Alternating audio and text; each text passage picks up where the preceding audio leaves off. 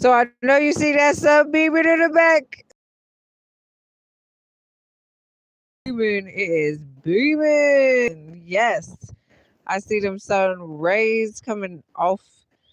Oh, it looks so good. I love it. But anyways, so I wanted to come and do a video today, and talk about yet another topic that mofos really wish that I don't talk about. Okay. And some people are nervous about me talking about certain things, and they could just calm down because some of the stuff, you know, I really don't care to talk about. But other things, yep, I'm 1000%, going to talk about. And this is one of those topics that has to do with my alleged family. Okay. But we're going to go all the way to the other side because, we've talked a lot about, my alleged maternal side quite a bit, of Dee Dee Sunshine, Hartley Smith Barnes, right? But we have not really talked about my paternal side that much. Okay. So, of Bobby Wayne Mumphord. So, I wanted to do this video because it has been heavy, heavy, heavy on my heart.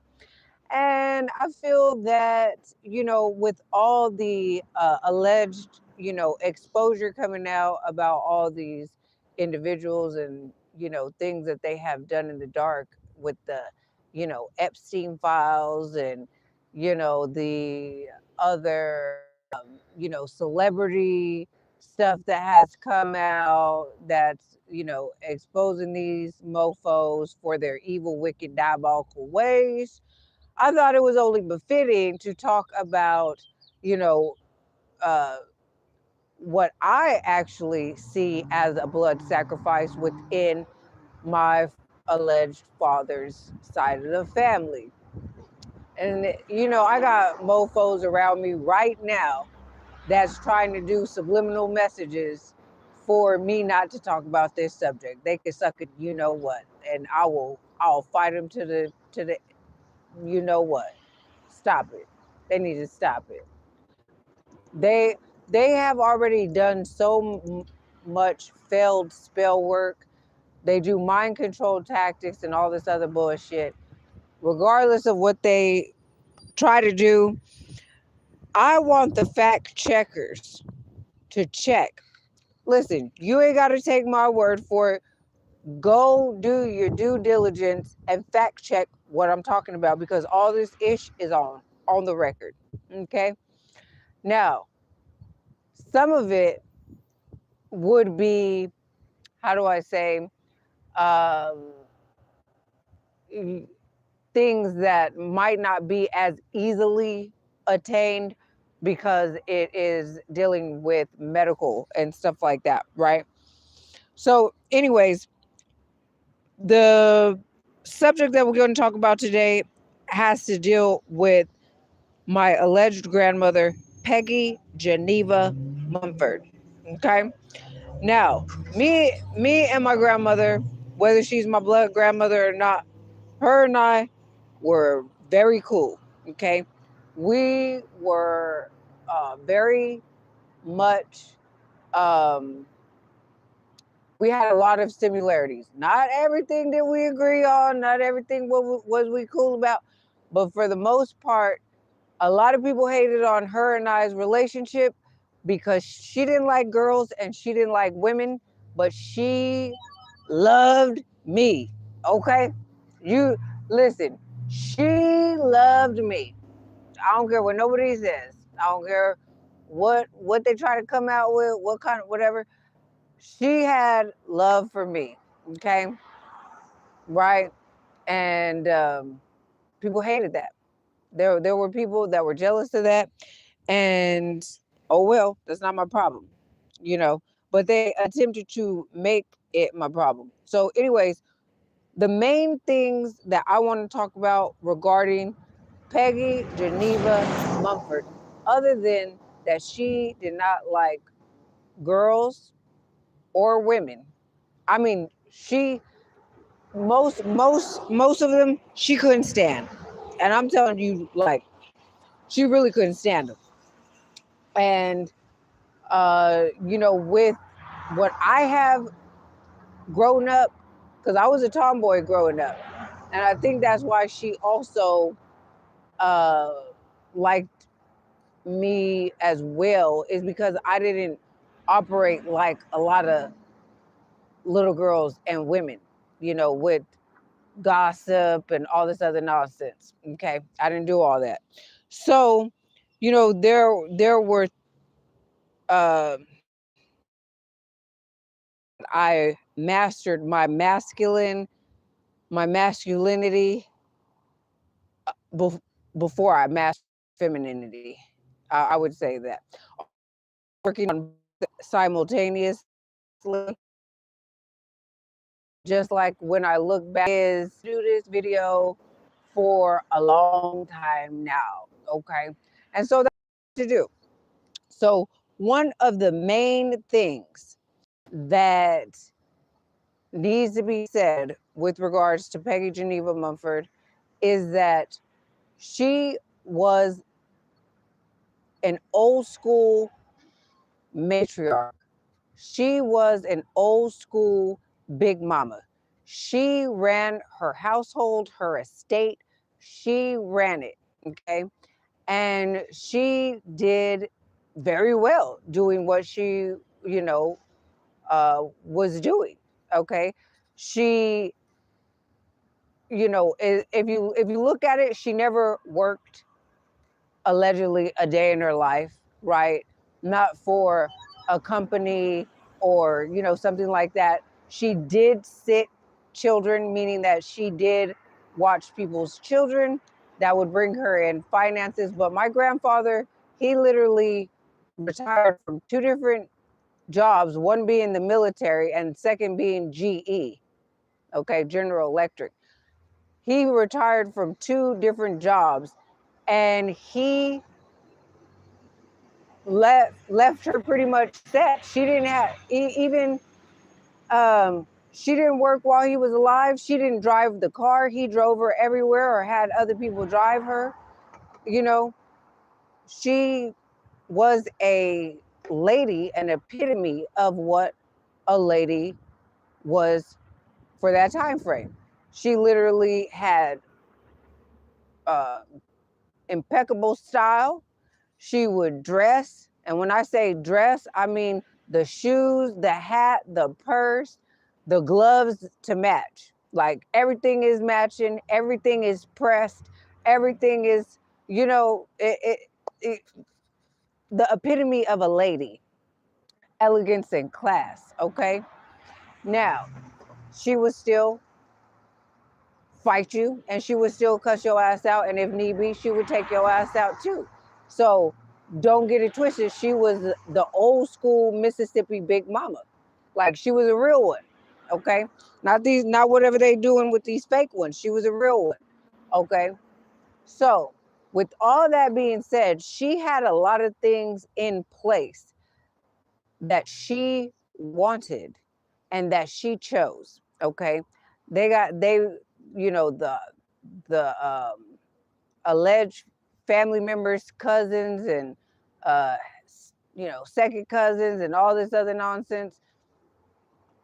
My alleged father, Bobby Wayne Mumphord, did not deal with these cousins that he had, and pretty much none of the family. He really only had one individual out of the whole family that he really rocked with. And come to find out, that dude was, a snake and basically the Judas of my alleged father, right? He was the Judas. He was the spy. He was the mole. He was, you know, yeah, that the only one out of all of them was still the one that betrayed him. He should have not dealt with now one of them. So, anyways, with that being said, my alleged father was allegedly the only child of Peggy Mumphord and Elvin Mumphord, my alleged grandfather, right? Elvin Mumphord, who has a twin brother, Alan Mumphord, that's in Tejas, aka Texas. Okay, the fictitious borders and boundaries of Texas. So, important information that a lot of people do not know about my grandmother's passing is that when I was sent for by the family for me to go and be with my grandmother, who was holding on until I got there, okay? She was holding out and staying alive for me to get there, okay? That's number one.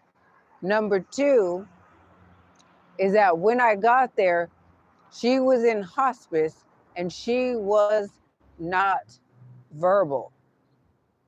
She was already nonverbal. Now, why is that important? Because she was actually being given a known medication that she is allergic to, which is morphine. Okay. She was being given morphine, which it was all over her medical records that she was allergic to morphine. So why in hospice would they be giving her something that she is known to be allergic to? Years and years and years allergic to this. So another key component is that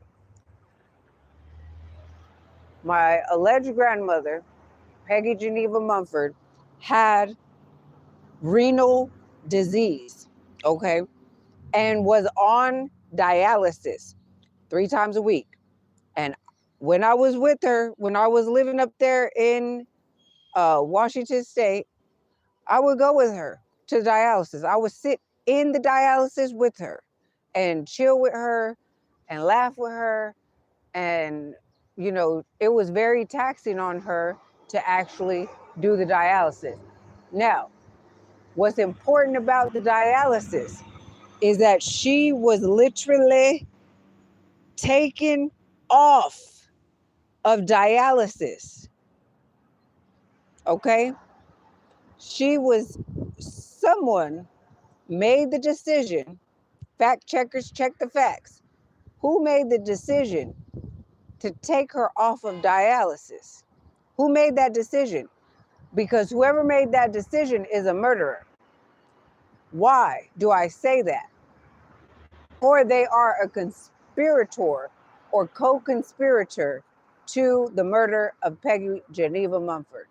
Why would I say that she was murdered? She was murdered for her estate and for these thieves of alleged family members to gain control of her estate. Now, why is this important? Because she, in her health records, in various different locations, I'm not going to say the locations, baby, because these people, they like to try to do magic and shit. We're going to make sure that all the locations keep those documentation. But let me tell you what she had, which blows this shit all the way out of the water. She had a life-sustaining documentation on record in numerous places. Life-sustaining order, which means that you are to take every measure to save her life. Peggy, let me say this again. Peggy Geneva Mumphord had a life-sustaining order on file at numerous different places in which she would get health care. Now, why is that important? Because taking somebody off of dialysis goes against the life-sustaining order, baby. The math ain't mathing. How do you have a life-sustaining order, but yet you are taken off of dialysis? And not only taken off of dialysis against your consent would be to take every measure to save her life. So if every measure was taken, then dialysis would have been still being done. Now, anybody taken off of dialysis that needs dialysis and they don't get dialysis, they're gonna die. So you telling me that there's a life-sustaining order on her medical movement? Well, no, let me let that sink in for a second, okay? Let me let you marinate with that for a second, because these bitches is cold-blooded. Yeah, but you know, God let me see all they wicked shit. Yeah, you know, it's so diabolical. It's so diabolical. So now moving right along to other important facts. There was a fake, unlawful, illegal will that was. How can I make those kind of allegations? Well, because the simple fact is the actual date was allegedly signed, which was not her autograph. If they have an expert that comes through and like verifies if that was her signature, they're gonna see it's a forgery. Is that the actual date that it was alleged that the alleged will was signed was a day that Peggy Geneva Mumphord just happened to be in the ICU. Now, anybody that knows anything about the ICU knows. I'm going to reiterate the last facts. Geneva Mumphord, she was in the ICU.